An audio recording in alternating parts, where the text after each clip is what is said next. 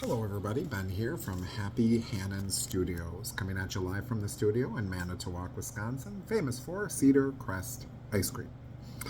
So, went to two wrestling events this past weekend, Frontline Pro, which I will talk about in a separate video. Amazing, amazing show. Ben always puts on a good show. Second was OFE, the Fighting Cancer show. Can't remember the exact name of it, but it's the Fighting Cancer show, which of course is an amazing cause. I have family and friends all who are currently being affected by cancer. So, super awesome that they do that.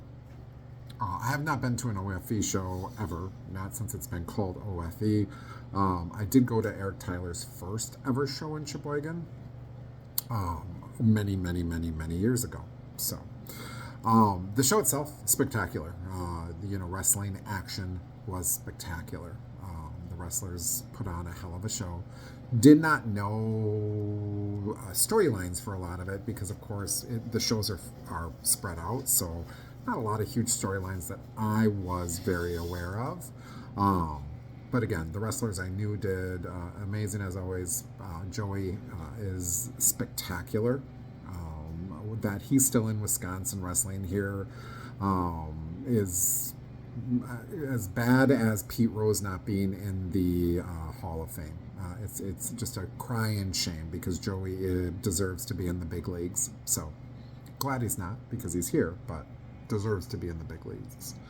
Aaron Arsenal was there. Love him, especially in HWE, where I kind of have a storyline to follow with him. Shane Hills is Shane Hills, Sierra. The clowns I do see once in a while, and they are hilarious and talented. There were a lot of wrestlers, though, that I don't know. Hard to get behind wrestlers. For me, wrestlers that I don't know. The show itself felt, the show minus the wrestling action, felt a lot like a Bruce City or GLCW show combined and made a baby with an ACW show. So take that for what it is. I felt a little bit like WrestleCon, because you've got some bigger name wrestlers or, Bobby Fish type wrestlers mixed with some local wrestlers. Though I will give a positive that Joey did go over Bobby Fish, which was exceptional. That was a complaint I had in my videos about WrestleCon, is that all the out-of-towners won. So it was nice seeing Joey go over Bobby. Huge of Bobby letting, kind of celebrating that match, absolutely best match of the night. Not even a close second. And I'll talk more about that in a separate video. The fans, almost all were amazing. There were a few fans that kind of took down the show. I had two that were next to me that spent a large majority of the night complaining.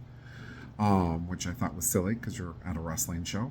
And then there were other fans close to me that spent the night getting very, very intoxicated, which took away a little bit of the show because they went beyond just being silly to being just blatantly obnoxious. I lost count at about 14 beers for one of that group of people. That is an exceptionally large amount of beer to consume in a night. There's kids. Was a kid sitting right next to.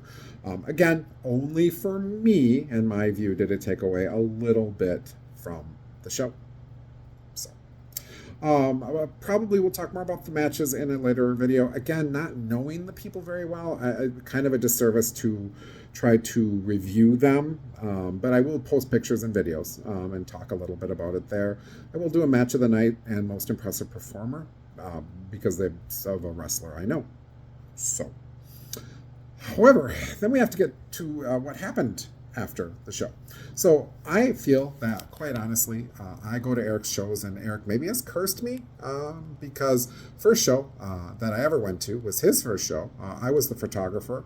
Found out 6 days before that show that my wife was leaving me, my now ex-wife. So that alone would have taken away from my joy. So then my ex-wife now was at the show, and she had linked up with the in crowd. So she was with the in crowd.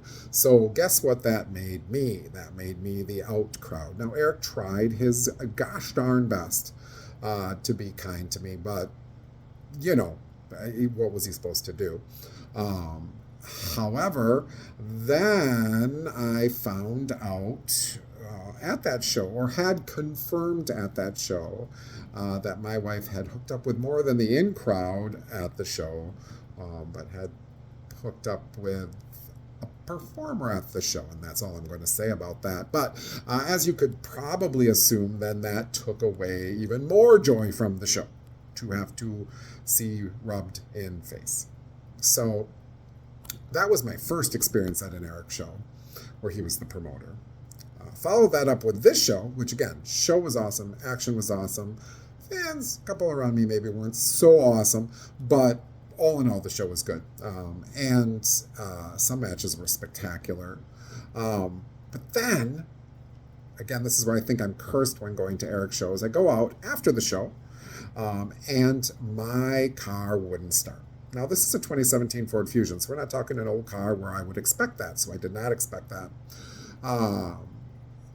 Called to get a tow from my insurance company, because I have roadside assistance, at 10 o'clock at night, and expected that would very quickly get taken care of. And I sat there at that neighborhood till 6 a.m. in the morning when my mother-in-law finally came and rescued me, because the tow company never showed up. And my phone died at 2 in the morning, so I couldn't even call my wife and say, hey, can you come and pick me up? The tow company never showed up, because her concern was, I'm going to come there, he will be gone, and I won't know where he is. So I got to watch 3 drug deals for sure. Now, this is right next to a Catholic school, and I saw 3 drug deals for sure. While I hid in my car, hoping they didn't see me, thinking I was some sort of narc. So, watched all the cars leave, and yeah, that was a really dark and scary night. So I have come to the conclusion that if I go to a show that Eric Tyler is the promoter of, I will be cursed and something bad will happen. So no insult to Eric, but if you are the promoter of the show, I am going to get purified before I come to it, with the hopes that I will not be cursed yet again. Eric. If you have a voodoo doll, and that's why I'm cursed, please destroy said voodoo doll. So that was my experience after the show. Now my car is getting picked up by a different tow company today and being brought back to Manitowoc. I was in Sheboygan when this happened. So yeah, that was Ben's experience at his first ever OFE show that was officially called OFE. Hope you guys enjoyed the video. If you did, thumbs up, like, share, subscribe, comment, all that good stuff. I hope you're having a wonderful day. Stay happy.